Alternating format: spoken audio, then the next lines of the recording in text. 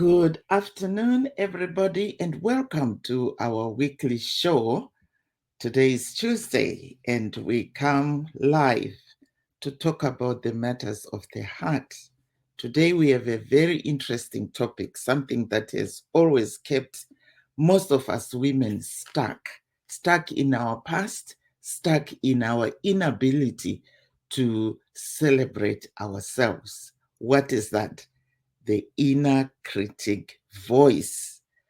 This has caused a lot of insecurities. I'm so interested in about building women so that you can crush the self-doubts, the not good enough, and also the self-limiting beliefs. And the other culprit is the inner critic. My name is Rosemary Mpambwa. I'm a relationship coach or a love coach or the fairy god love mother. I come here live inside the Finding True Love and Marriage Advice show. So welcome to the show. Wherever you are, as you are coming in, please put hashtag pro in the comment section or hashtag newbie so that I can give you a huge shout out. Welcome, welcome, welcome. Well, let's dive in. For those that don't know me, my name is Rosemary Mpambwa. I've had my work published in major publications like ABC, NBC, CBC, and Fox News. I've also had books published on Amazon. My first book is Exhume or Heal, a widow's memoir, getting her groove back. In this book, I talk a lot about rebuilding your life after going through major life adversaries. So let's dive in. The self-doubter. This is the huge critic that always comes up in your life. Right, let's talk about these questions. Do you always water down compliments from other people?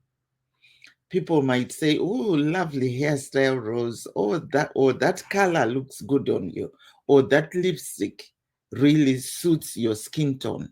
And instead of you saying, oh, thank you, you start explaining, oh, you mean this cheap lipstick that I bought from Walmart? It was on sale for $1. Like, no, you don't have to water down or explain yourself. When somebody compliments you, accept the compliment, right? Say, thank you so much, and move on, right? There are also times when you have to water down your accomplishments because you want to fit into a group or belong to a group. Oh yeah, thank you guys for joining me. I see there's a comment in the comment section. Welcome to the program. And you're always watering down your accomplishments because you want to belong. People say, oh yeah, your book has really helped me. Oh yeah, I've heard that you have published another book. Instead of you saying, oh yeah, thank you, and talk about the book, you are busy saying, oh, okay, you mean that little book that I published? Well, it's no big deal. It is a big deal that you have done something that other people haven't done before. Or sometimes people will say, oh, thank you for starting that women's center.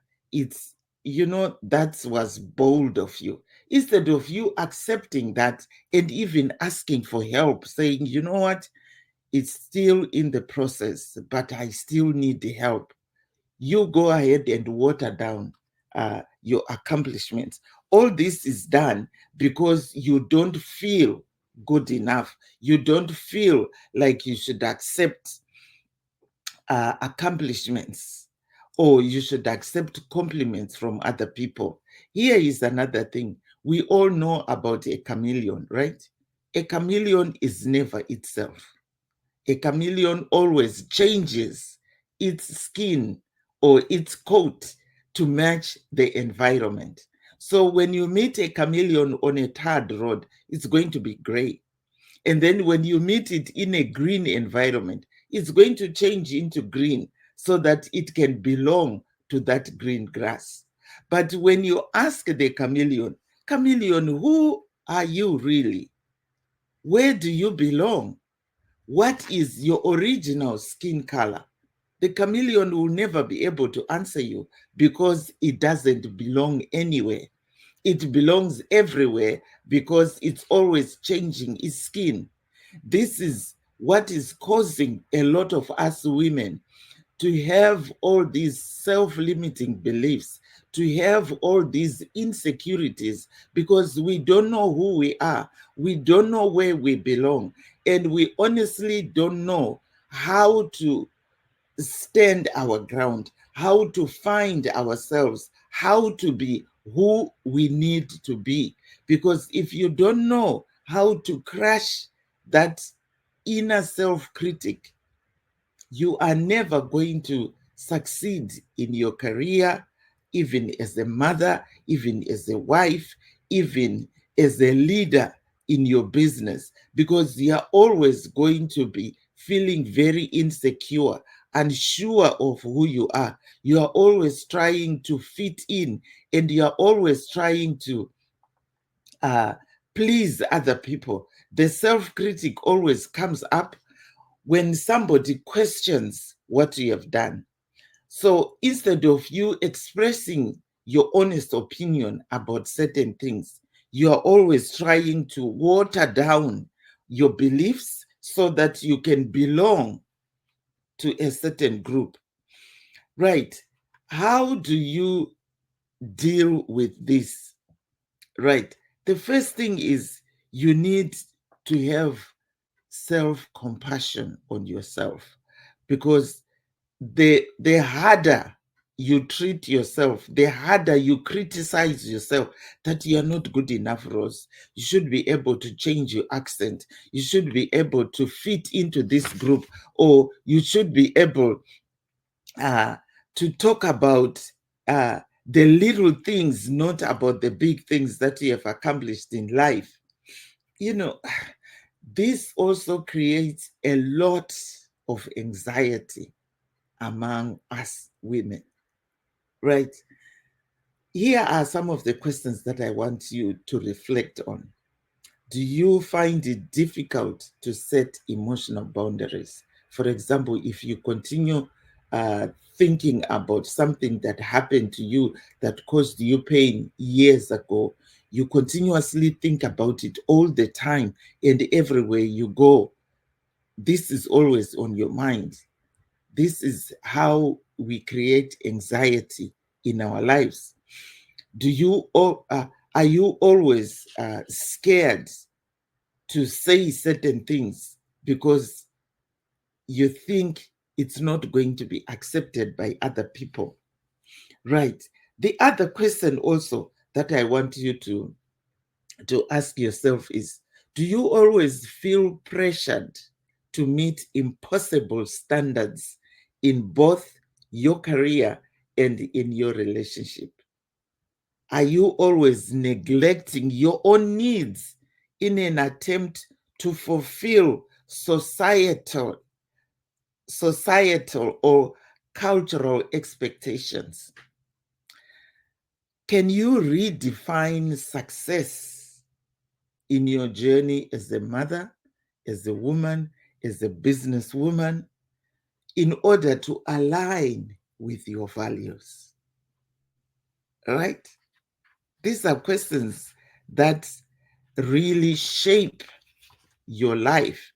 They will help you to crush that inner self-critic. Right? How do you crush this self-critic? How do you deal with it? Number one, challenge the shoulds and the musts. You are always telling yourself, oh, I should be doing this. I should be. able to do this. I must do this. Reflect where these beliefs come up and whether they align with your true values. You shouldn't be like everybody else, and you mustn't be like everybody else. But we do it because we want to belong. We want to belong to a certain environment or to a certain crowd. Number two, cultivate self compassion. Replace self criticism with kindness. Treat yourself with kindness. Like, treat yourself the way you would treat your close friend or your family or your husband or your boyfriend or your own children. Number three, celebrate small wins, right? Whenever you go out into a crowd, whenever you are able to say no to certain things that don't align with your values, that is a win for you. It might be small, but it's big enough. Celebrate your small wins. It doesn't matter how small they are. Number four, embrace imperfection. We always want to be perfect. We always want to look our best. We always want to speak eloquently. But if this is not in you, and if this is not you, and we always try to belong and change our accent so that people can think that I belong to this culture. But I'm an African woman. I come from Africa, born and bred. I came here to Canada, and I had already embraced my culture. I already embraced my accent. I know I cannot change it. So this is who I am. And people that know me, they know me that I have a deep voice. And this deep voice, people don't even know that in my younger years, I used to have a nice, soft voice. But when I got pregnant with my son, I developed this deep voice. It's because my hormones could not handle his vocal cords. So what happened? My hormones broke, my vocal hormones broke, and now I speak in a deep voice. I have accepted it. At first, it was tough, but I told myself, you know what, Rose, this is it.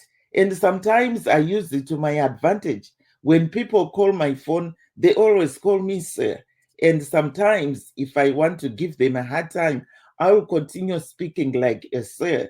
And then at the end of the conversation, I will say, by the way, it's Rosemary, and I am a woman. Yes, I have a deep voice and I've embraced it. People around me know me for my deep voice, and there's nothing I can do. I tried to go for therapy, I tried to go for exercises, but it is what it is. And so now I have embraced it. That little critic that used to bother me every time I opened my mouth, I told it, well, you know what? You can go to you know where, because this is me. I cannot change my voice. It is what it is. And I have accepted myself. So, what are you going to accept about yourself? The things that you know you can never change. This is how you crush the inner critic voice in you that has always kept you stuck. If I hadn't accepted it, I wouldn't be here today speaking to you because I would be ashamed of my voice. But I have accepted it. And so take the small steps to accept the things that you cannot change. You know, that prayer that says, you cannot change the things that have been with you for life. What do you call that prayer, by the way? I know this is homework for you. Lord, give me the wisdom to accept the things I cannot change and the power to change the things I can, right? So that's the homework for you today. And thank you so much for being with me today on our lovely Tuesday. I hope you got value today, and I hope you'll be able to fight that inner critic in your life so that you can enjoy life. Life is too short, my dear. So thank you so much. I will see you again next week. Bye bye for now.